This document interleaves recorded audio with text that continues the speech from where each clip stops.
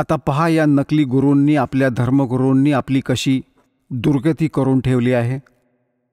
परमात्मा म्हणतात, गरीबदास साहेबजी परमात्म्याकडून प्राप्त ज्ञानास कसे डिफाईन करतात की मरणाऱ्यावर केले अंतिम संस्कार. त्याची मातीसुद्धा नाही सोडली, उचलून नदीमध्ये सोडली. आणि मग काय येतं की म्हणतात की मग पुराण बांधून पंडित आले आणि मग गरुड पुराण वाचलं. आता पुण्यात्म्यांनो, परमात्मा आपल्याला आठवण करून देतात की मृत्यूनंतर जे गरुड पुराण वाचलं जातं त्याचा फायदा, लाभ काय होतो.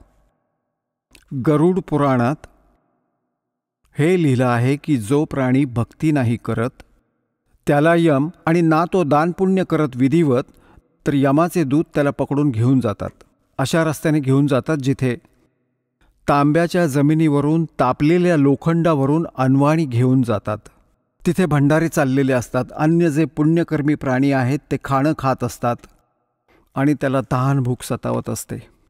यमाच्या दूतांना सांगत असतो की मला खाणं खाऊ द्यात. ते म्हणतात, खबरदार, तुला खाणं खाता येणार नाही, कारण की तू पुण्य नाही केलीस. तो रडतो, खूप वाईट पद्धतीने विलाप करतो, त्याची वाईट अवस्था होते आणि मग ते म्हणतात की चला याला धर्मराजाकडे घेऊन चला, आणि काय आदेश होतो तशी तुझी परत पिटाई करू.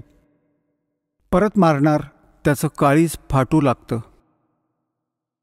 मग गरुड पुराणात सांगितलंय की जो असे जुलूम करतो त्याचे हात कापतात, अशी कर्म करतो त्याचे डोळे फोडतात, तो आंधळा होतो. परमात्मा म्हणतात, मरणारा तर मरून गेला, त्याला जे करायचं होतं ते त्याने केलं. त्याच्या मागे आता गरुड पुराणाचा काय उपयोग. जिवंतपणी ते त्याला सांगायला हवं होतं. म्हणजे तो घाबरला असता भगवानाला, भक्ती केली असती, या दुःखांना आठवून वाईट गोष्टींपासून दूर राहिला असता, आणि तो आपली कर्म फोडून निघून गेला. आता गरुड पुराण पाठ करतात अशी यांची सगळी उलटी रीत. आता परमात्मा काय सांगतात की पुराण उठा फिर पंडित आगे, गुरुजी आगे और पीछे गरुड़ पढ़ाई. नर से तीतू पशुआ की जय गद्दा बैल बनाई. ये 56 भोग कहा मन बोरे की तो कुरडी चरणे जाई. ओय पुण्यात्म्यांनो, ह्या काळाने आपली बुद्धी इतकी क्षीण करून टाकली. आपण हा विचार करतो की आपला आज जो थाट आहे मनुष्य जीवनात, हवं त्यावेळी जेवण करा, भूक लागताच, जेव्हा हवा असेल तेव्हा चहा करून प्या, काजू मनुके सफरचंद खातात, हलवा खीर खातात हवं तेव्हा. परमात्मा म्हणतात की जर इतक्या सुविधा भगवानानं दिल्या आहेत तर त्याचं कामही काही वेगळं असणारच. जर आपण सद्भक्ती नाही केली, गुरु धारण नाही केला, तर मग काय होणार. नर से तीतू पशुआ की जय गद्दा बैल बनाई. ये 56 भोग कहा मन बोरे की तो कुरडी चरणे जाई. ओय होय. पुण्यात्म्यांनो, आपलं जे हृदय आहे ते इतकं कट्टर झालं, इतकं ज्ञानहीन झालंय आपलं हृदय, की आपण हे ऐकूनही खरं वाटत नाही की खरंच आपली वाईट अवस्था होईल. आणि हीच सगळ्यात मोठी चूक जीवाला लागली आहे.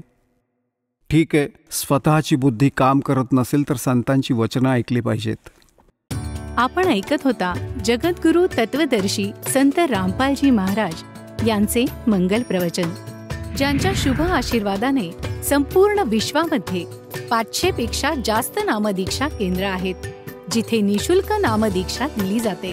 निशुल्क नामदीक्षा प्राप्त करण्यासाठी आणि अधिक माहितीसाठी संपर्क करा 7030303951 7030303952. अद्वितीय आध्यात्मिक ज्ञान वाचण्यासाठी, पाहण्यासाठी आणि ऐकण्यासाठी संत रामपालजी महाराज ॲप अवश्य डाउनलोड करा किंवा आमची वेबसाईट www.jagadgururampalji.org वर विजिट करा.